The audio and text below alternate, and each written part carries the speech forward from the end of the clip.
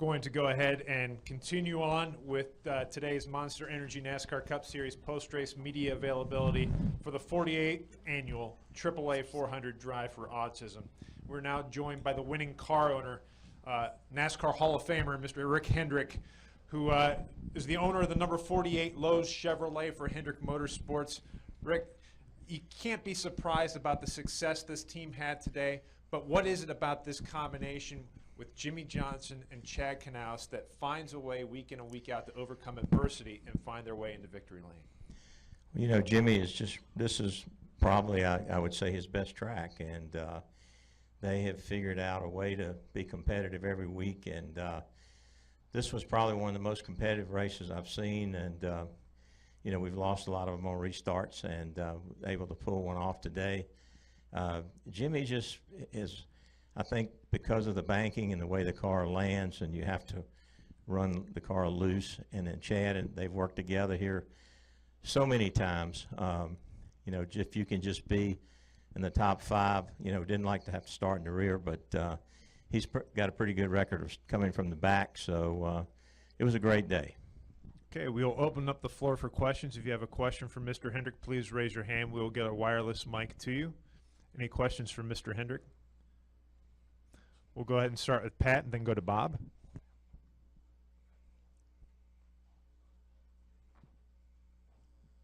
Okay. Pat Ticola, NASCAR.com. Rick, so many people have pointed to Jimmie's luck, but he's obviously very skilled. I mean, where is that balance in your mind? You know, if you look at his record of the championships and the wins and the different tracks and the competition that's out there today, I don't know how you could be lucky 83 times and 7 championships. I think, you know, you have to have some racing luck. Every now and then you get one that maybe someone else fumbled the ball or luck went your way, but you know, if you look at his record and the what he's done and the championships and the races he's won, you know, you'd have to say he's one of the greatest that's ever raced in the sport. Go next to Bob. Bob Hocker, ESPN. I have 2. The first is, does Jimmie do anything that reminds you of Cale Yarborough? You know, I watched Cale, and he was one of the toughest, hardest racers that I ever watched race. And fearless, and drove the car over the edge. And Jimmie does the same thing, but Jimmie makes it look smooth. I think they're, you know, I guess I like Parcells' quote, you are what your record says you are. And, you know, I think they're a little bit, the way I remember Cale, they're a little bit different in their approach, but their record is the same. And he had the Cale tribute helmet. Was there any part of you that said, don't break that out until you actually tie him? I'm sorry now? Oh. Yeah, no. You weren't superstitious about him having that helmet before he tied Cale. I was more concerned about whether I could get the helmet. We are now joined by today's winning crew chief, Chad Knaus, who had some adversity from the get-go this morning, starting from the rear with a gear change. Could you walk us through that process, and what was your mindset as far as game planning then for the race? Yeah, it's obviously unfortunate, and we've Mr. Hendrick and I were talking last night about why we had to change the gear and what happened, and quite honestly, over the course of my career, I think we've only had maybe 4 or 5 gear failures, and if you really start to look at that and the races that we've had at Hendrick Motorsports and what we've done, that's a pretty small percentage, so we'll take that one on the chin if we need to. But to start last, it's kind of ironic. Jimmie and I and my engineers were talking about starting at the rear of the field and how stage racing has quite honestly helped the guys that have that deficit, and we played that. We felt like the strategy was going to work out for us, and fortunately enough, we had a really fast Lowe's Chevrolet, and we're able to capitalize and get up into the top 20. We had a caution fairly early. We came in, got some tires, were able to migrate up towards the front, and with the speed the car had in it, and obviously Jimmie is fantastic here at this track, we were able to run in the top 5 the majority of the day, battle for the lead, first, second, third, and stay in position. So it's not exactly how we wanted the day to play out. We wanted to go up there and just take it and run away with it, but being in position and allowing Jimmie to have the opportunity to get after it on that last restart, honestly, that's what it's all about. Okay, we'll continue on with questions here in the deadline room. Please raise your hand. We'll get a wireless mic to you. We'll start here and then go to Jeff. Tyler, Head, the racing experts. Obviously, you guys have enjoyed a lot of success all around the circuit, but none more so really than here. When you come here each year, each season, do you have more confidence? Is it more comfortable coming to this track knowing that you have had so much success? Yeah, I think you're always more comfortable going somewhere where you've been successful and you've got a good history. There's venues that you go to, and if any of you guys have ever played sports or any type of competition, you know that there's a time when you walk in the door and you feel like that you've got it or you've got an opportunity. And I can tell you when the 48 team and Jimmie Johnson, they roll into this racetrack, everybody's on their tippy toes and their chests are puffed out. And that comes from Jimmie's experience, Jimmie's ability to adapt. This racetrack changes an awful lot. I think if you guys pay attention, you see that the track starts fairly white to a gray, and then it ends up black midway through a run. And then as the caution comes out, it turns white again. So the drivers really have to be willing and able to maneuver around the racetrack, find the best way to go. So, yeah, man, coming into Dover is someplace that we always just put a little circle around it. We like it. Go next to Jeff, then to Tom. Jeff Gluck from jeffgluck.com for Chad. So there was one point where you ended up benefiting from a caution Yep. during a run, and it timed well. When that kind of situation happens, are you staying out hoping that there could be a caution like that? Are you just trying to get into your fuel window? What's the thinking there? Is it strategic at all? Yeah, there is definitely some strategy, for sure. Tom? Hey, Yep. Hey, Chad. Tom Jensen, FoxSports.com. Yeah. Two questions for you. This is, if I'm not mistaken, this is the third time, counting Homestead, that you guys have won from coming all the way from the back of the field at the start. Is that correct? Okay. You do the stats, man. I just crew chief. I don't know. Okay. Okay. Is there something special when you do that? Does it add to the victory at all? No, that's not what you want to do by any stretch. We'd much rather start in the top 5 or on the pole and have the races go seamless. But is it fun to start last and win the race? Heck yeah, it is. It's pretty cool. But that's not the way that we want to have it happen by any stretch. And to have a parts failure and that regulate us to the back, it happens and it'll happen again. Probably more than once, and it's a part of motorsports, it's a part of racing, it's a part of competition. But that's the motivation from that is not, we don't say, hey, we started last, let's go try to win the race. Well, actually, we do, but that's not like we don't intentionally start last and say, hey, let's start last and then try to go win the race. That's not what we want to have happen. And the second question is, does the stage system and the new points system give you guys more of an incentive to win during the regular season and less maybe to experiment? We definitely, I understand the stages and I understand how it all works. We come to the racetrack to try to win everything that we possibly can. We want to win practice, we want to sit on the pole for qualifying, we want to win every stage, and we want to win the race. So if there's a checkered flag to be had, the 48 is going to the racetrack to try to capture it. So we're going to do that. And as far as experimenting throughout the normal season, before the playoffs, I think it's difficult for people to understand that we experiment every single time we go to the racetrack. We're always trying to evolve and get our cars better and faster so we can put our drivers in a position where they need to be. And I think at Hendrick Motorsports right now, honestly, we're doing a pretty good job. If you look at the way that all the teams are running, it's pretty awesome. We are also now joined by today's winning driver, Jimmie Johnson of the number 48 Lowe's Chevrolet.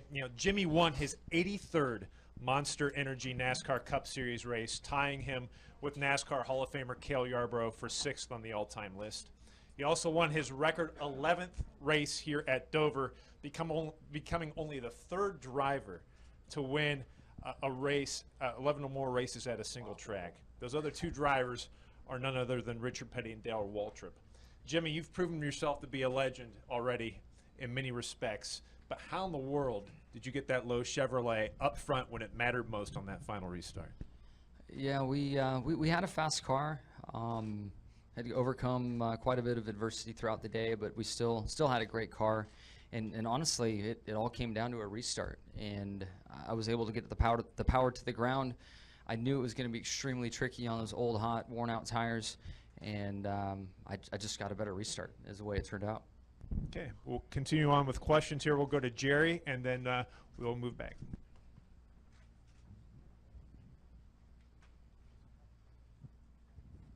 Jerry Jordan, kickingthetires.net and PRN. Jimmie, some of us talking about this before the race. If you won, we were going to come up with a challenge, maybe 20 miles away on a bicycle, parachute in next year. Is there anything you can't overcome here? This is a good one for us, and I've always been better at passing people. I think our stats from qualifying versus race wins really show that, and it's frustrating. We live in an environment where qualifying needs to be a priority, and we need better pit stall picks. But you put that rabbit out in front of me, and I'll chase it down. So it's just the way I've always been. Tyler, head of the racing experts. Jimmie, can you just speak to the contrast of last week running out of gas in the closing laps and the feeling of defeat there versus here having an opportunity to seize a win and being able to do so? Yeah, I think at the root of our opportunities to win have been Chad's aggressive calls, and the fact that we've won a couple races gives him the freedom to really swing hard and take chances. And we stayed out on the track when others hit pit road, the later stages of this race, and that really turned out well for us. He made the audible at the 600 when everybody hit pit road that, hey, let's try. And it's nice to be in this position to have a couple wins, to know that we're in that top 16 and to take more chances to win, because everything's about that trophy. And to be in contention week in and week out like we have been makes me very proud. And then to see his aggressive calls makes it a lot of fun. Before we continue on, any additional questions for Mr. Hendrick or Chad? Gentlemen, thank you. Congratulations. Good luck next week in Pocono.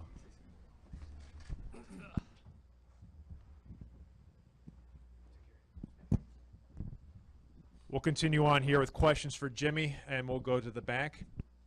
Kyle Magda, Performance Motorsports Network. Jimmie, can you just talk a little bit about your restarts? It seems like your last couple of wins, you've been better with them. Have you worked on anything in the past couple of years to do that? Not really. I had one cost me $1 million a couple Saturdays ago. You win some, you lose some. It is so hard, and when you have that much horsepower under your right foot, it's so tough to give just the right amount of power. And I knew today's conditions were going to be extra tricky on hot tires, and then we're picking up all of the rubber that we had laid down on the track, and I got this one right. So you win some, you lose some. We'll go next to Bob, and then we'll go to Kelly. Bob Pockris, ESPN. Can you talk about the meaning of tying Cale's win mark, and also were you being presumptuous at all with the helmet, breaking it out before you had tied it? No, I mean, it was time for a new helmet. We're trying to increase our inventory of our helmets, and we had one coming in this weekend, and my helmet painter and I discussed doing a tribute helmet. It just felt really good last year to honor Dale and Richard with the helmet that I wore at Homestead, and was able to tie those guys with 7 championships. And just kind of opened my mind to the opportunity I have to help some younger fans and to honor Cale Yarborough, to help younger fans know the name, know the face. So it's something that's been in the works. The helmet's been underway for a few weeks being painted, and then it just arrived here this weekend. I really anticipated wearing it more than one race. I'm not prepared for what my next plan is necessarily, so I might wear this helmet for a few more weeks. But it's just a great opportunity. A great opportunity for me to honor Cale, and drivers have always used their helmets as their voice in a way to honor someone or send a message, their own personality. There's always been a lot of freedom with the driver's helmet, and I think it's just really been a neat opportunity for me to honor Dale and Richard and now Cale.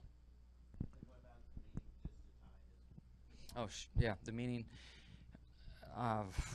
Man, to remember that old dirty couch I was sitting on in El Cajon, California, with my parents. We didn't want to turn the AC on because it cost too much. Sweating at 100 and whatever degree heat out in El Cajon, watching NASCAR races on TV, and sitting on the couch and pulling for that 28. To tie him is just mind blowing. I was very fortunate to have a similar experience when I tied him with the 3 consecutive championships, and he surprised me at the banquet. But to tie him at 83 wins, I swear to you, I only dreamed of winning a race, and to have 83 and to tie him is just absolutely mind blowing. Go next to Kelly.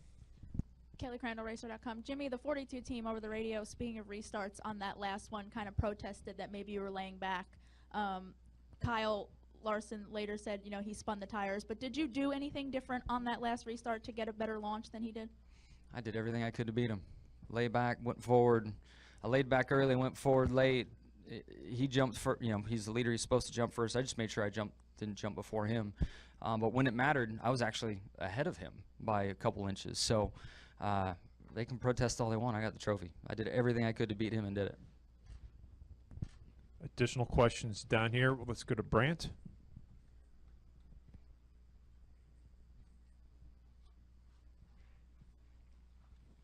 Brant James, USA Today Sports.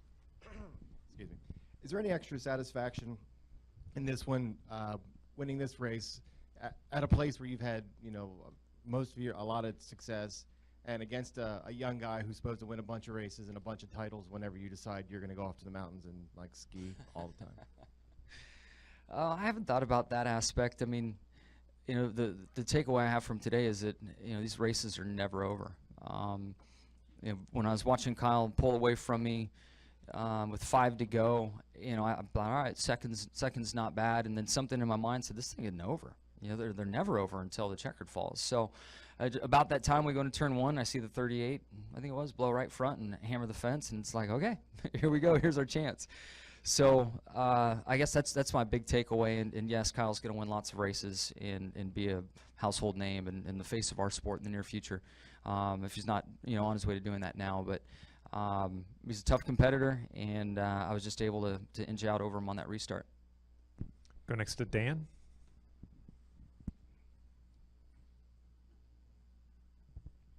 Dan Gelson, the Associated Press. What really was it about Cale that attracted him to you at such a young age? That's a great question. He reminded me of my grandfather a little bit in his personality, and so that was a takeaway or a reason that I've watched him and was into him. He won a lot when I was watching him race at that point in time, and then that 28 car just looked good. There was just something about it. The looks of the car, it looked mean. It was fast. He had that big crash, I think, at Talladega where almost went over the fence and the windshield blew out of it. For a young kid, there was just a lot about his personality, his driving style, his winning. I think my grandfather, there's something about his personality that carried over, and that between all those is why I was drawn to him. Any additional questions for Jimmie Johnson? Well, Jimmie, congratulations. Oh, do we have Bob? Were you confident you could, Bob Hockers, ESPN, were you confident you could have pulled off Larson if it went green the full 2 overtime laps? Once I heard clear, I took a deep breath and knew I was going to have my hands full. I hadn't been in clean air yet to know what my car would do, and I knew how hard it was to pass the 42 or the 78. So I was optimistic, but knew I needed to be on my game for those final 2 laps. So there was some concern. Well, Jimmie, congratulations and good luck next week in Pocono. Thanks.